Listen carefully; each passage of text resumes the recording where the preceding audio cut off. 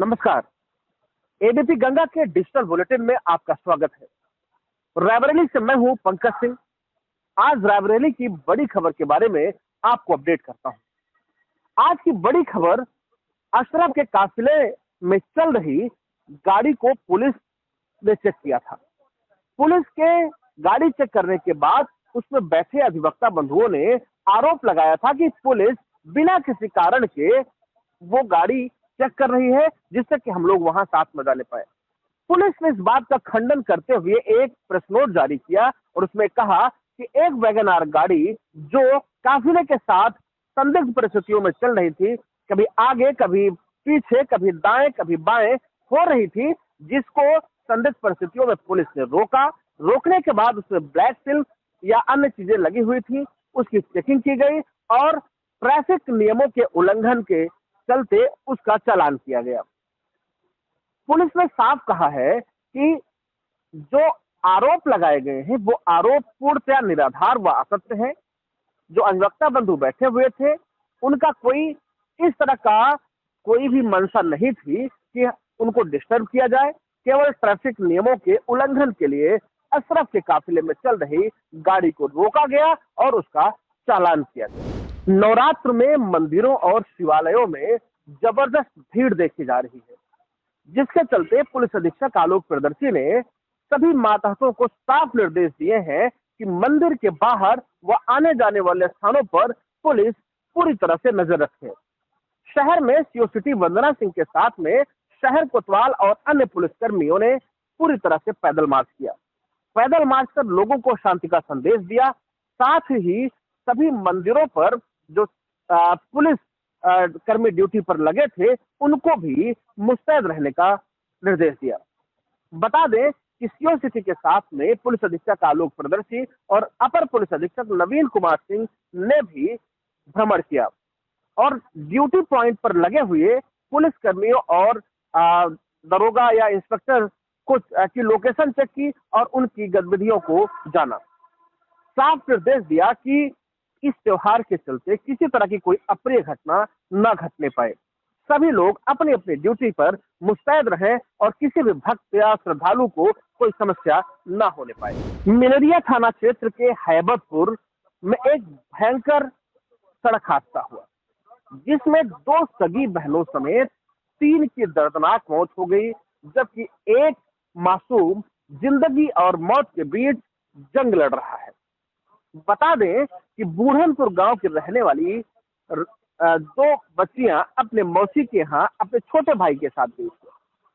वहां उसके मौसी का लड़का उन बच्चों को छोड़ने के लिए वापस घर आ रहे थे। तभी एक तेज रफ्तार ट्रक ने उन बाइक सवारों को रौंदते हुए आगे बढ़ गई। बता दें कि मौके पर ही दोनों बच्चियों की और उसके मौसी के लड़के चंद्रभान की मौत हो गई, जबकि एक मासूम बच्चा आर्यन को जिला अस्पताल लाया गया, जहां उपचार किया गया। उपचार के बाद हालत गंभीर होने पर उसे ट्रामा सेंटर लखनऊ के लिए रेफर कर दिया गया।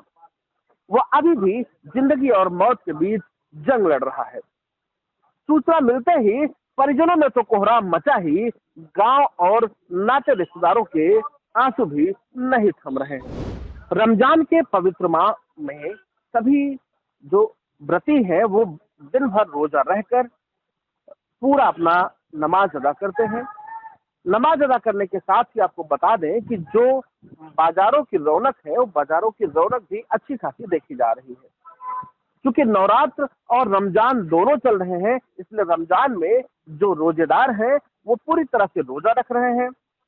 दिन में बाहर जाकर जो उनके परिवारीजन हैं वो मार्केट में जाकर खरीदारी कर रहे हैं। तो जो दुकानदार हैं, दुकानदारों के चेहरे भी खिले नजर आ रहे हैं, क्योंकि इस समय रमजान और नवरात्र दोनों है और खरीदारी भी चरम पर है। आपको बता दें कि रमजान शुरू होते ही खरीदारी शुरू हो गई थी और लोग बाजारों में जाकर इकट्ठा सामान खरीदना शुरू कर दिए, लेकिन उसके बावजूद भी अभी भी लोग बाजारों में पहुंच रहे हैं और खरीदारी कर रहे हैं, इसलिए बाजारों की रौनक अभी भी बरकरार है। आज की अंतिम और सबसे बड़ी खबर के बारे में आपको अपडेट कर रहा हूं। बता दूं कि एबीपी गंगा की पहल के बाद आरटी राइट टू एजुकेशन में दाखिला लिए बच्चों के अभिभावकों के खातों में पैसे जाना शुरू हो चुके हैं। बता दें कि राइट टू एजुकेशन के तहत एक ऐसा जो नियम है, इसके तहत गरीब बच्चों को प्राइवेट स्कूलों में फ्री में दाखिला मिलता है और उसके लिए सरकार 5,000 रुपए अभिभावकों के खातों में भी डालती है, जिससे कि उनके जूते, मोजे, ड्रेस और कॉपी किताब की व्यवस्था हो सके। लेकिन बीते कई सालों से जो अभिभावक हैं वो इस व्यवस्था से मरहूम थे और विद्यालयों में भी जो धन जाना था वो ठीक से नहीं जा पा रहा था।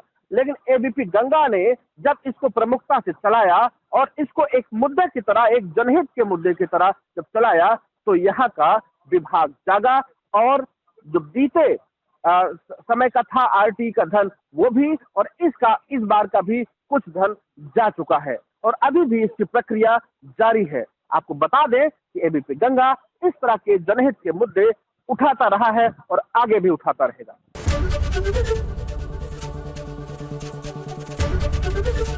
एबीपी गंगा, खबर आपकी, जुबान आपकी।